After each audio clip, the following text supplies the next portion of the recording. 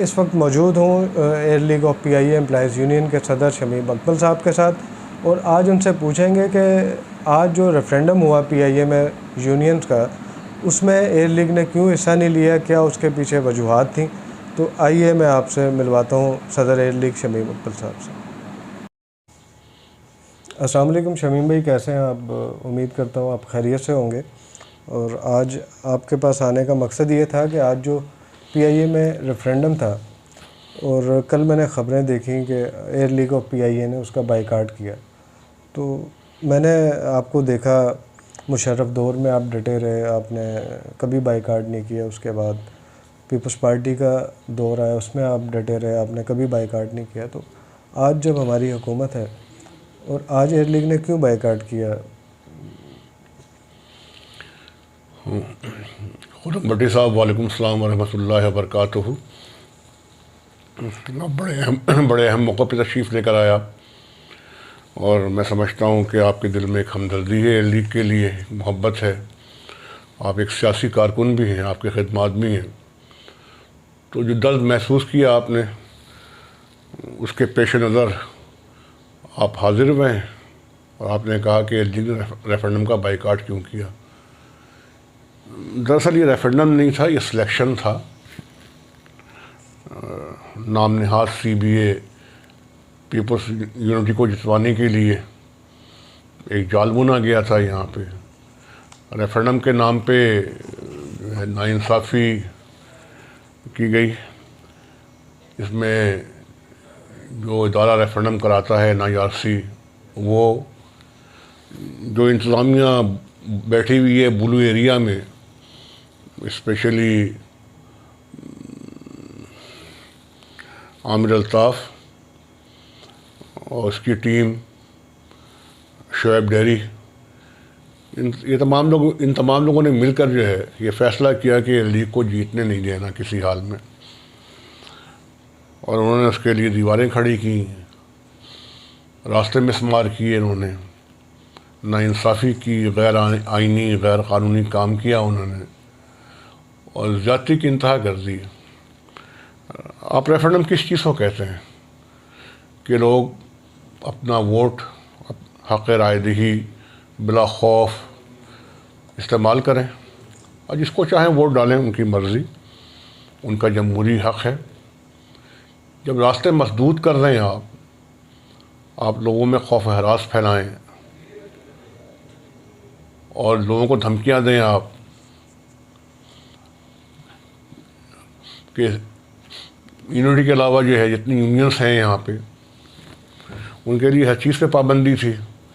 ना आप जलसा कर सकते थे, ना सेमिनार कर सकते थे, ना रैली निकाल सकते थे, ना कन्वेंसिंग कर सकते थे, न स्टिकर लगा सकते थे, न पेनिफेस्ट लगा सकते थे।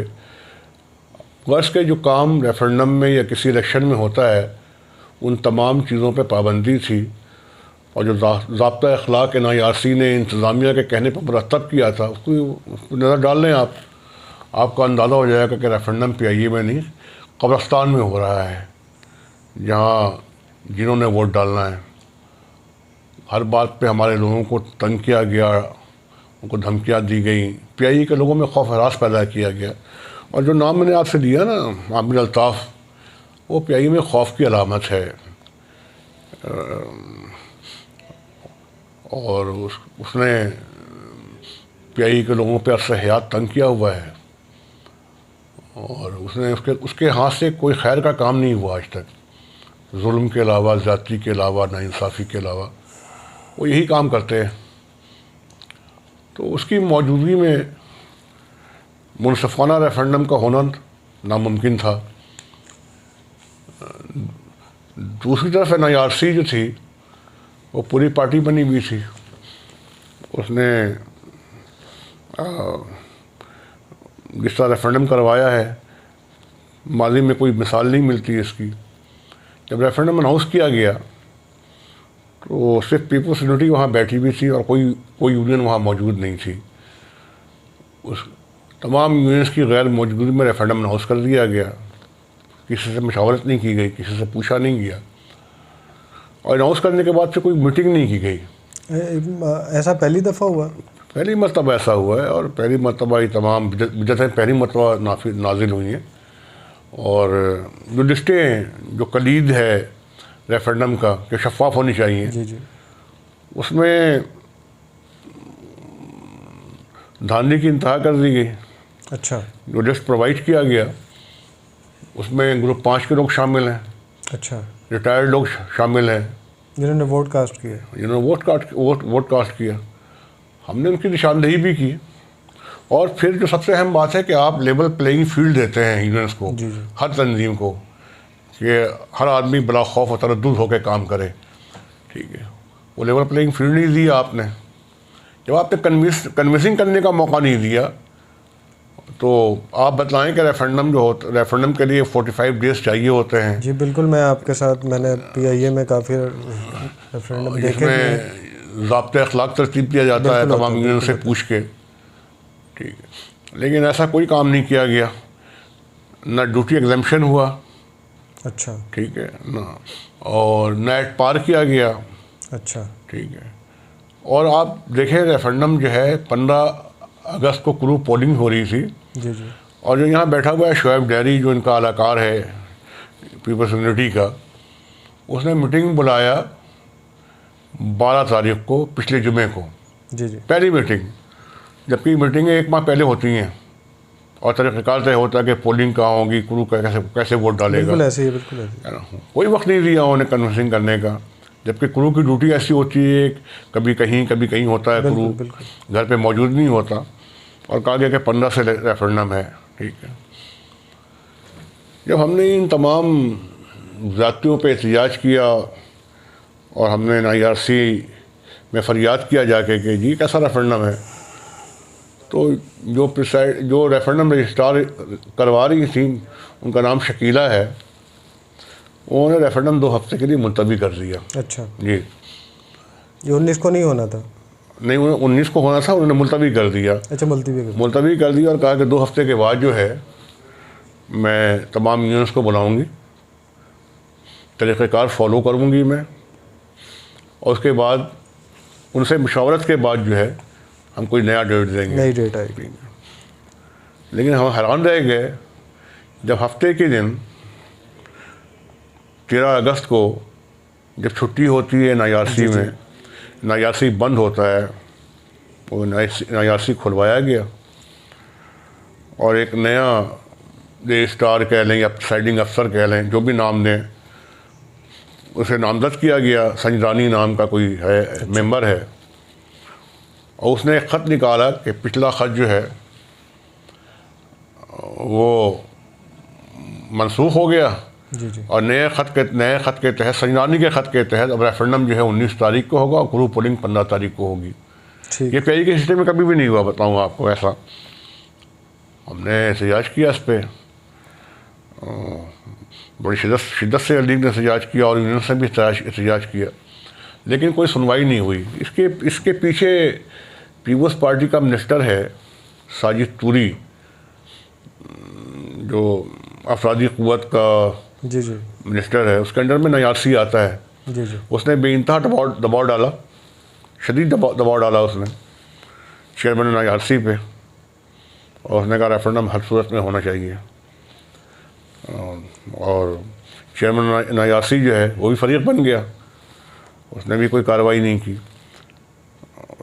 तो इसके ख़िलाफ़ हम चले गए लाहौर हाई कोर्ट में 15 तारीख को।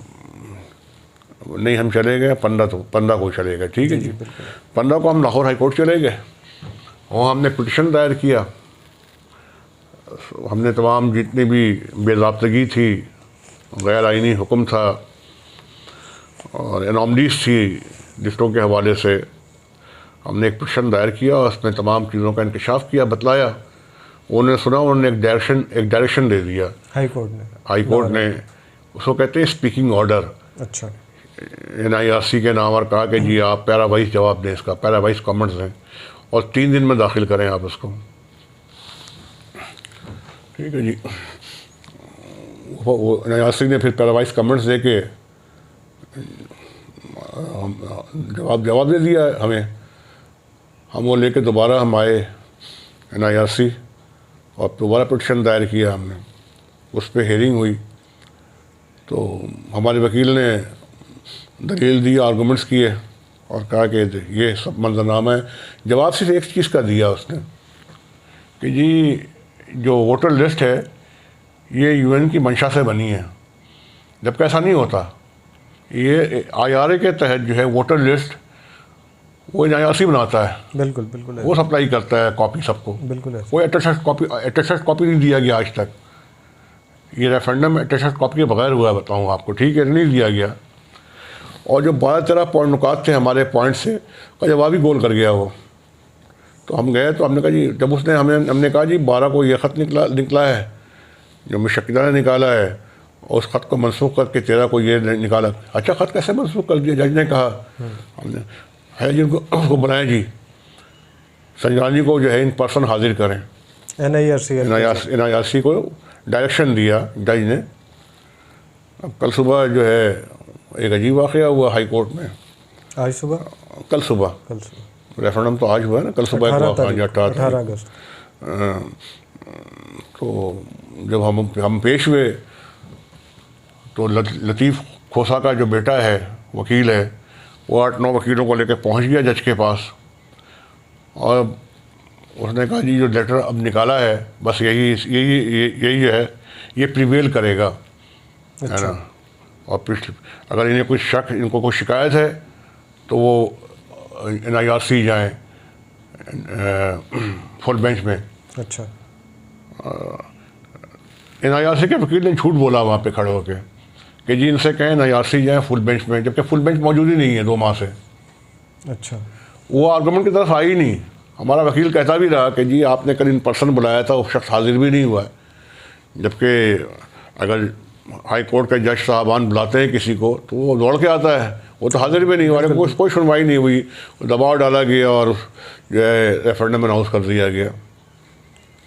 तो आप बतलाएं कि आपको हाथ पाँव बांध के दरिया में फेंक दिया जाए और कहा जाए कि आप तैरें, आप तैर सकते हैं? यहाँ चलने फिरने पे पाबंदी है, बात करने पे पाबंदी है, सरगोशियाँ करने पे पाबंदी है, हमारे लोगों के लिए शोकॉज है, चार्जशीट है, ट्रांसफ़र्स है, और ना कोई आप, जिस तरह मैंने कहा आपसे कि कोई कन्विंसिंग नहीं कर सकते आप। तो ऐसे आलम में रेफरेंडम जो है इसका बाइकाट ना करे तो क्या करे आदमी। शमीम भाई, आपकी जो बातों से मुझे लगा कि एक यूनियन को एक ग्राउंड दे दिया गया कि आप जाएं और इलेक्शन जीत जाएं, वो इदारे की तरफ से भी और NIRC की तरफ से भी, जो मजदूर यूनियन की तमाम मामलात को देखती हैं। और दूसरा, आज से पहले भी रेफरेंडम हमने देखे, उसमें परचम भी लगते थे, मीटिंग्स भी होती थी, रैलीज भी होती थी, जलसे भी होते थे। और लेकिन आपकी बातों से मुझे लगा, और मैं 15 को वहाँ गया था, तो मुझे बिल्कुल ज़रा बराबर नहीं लगा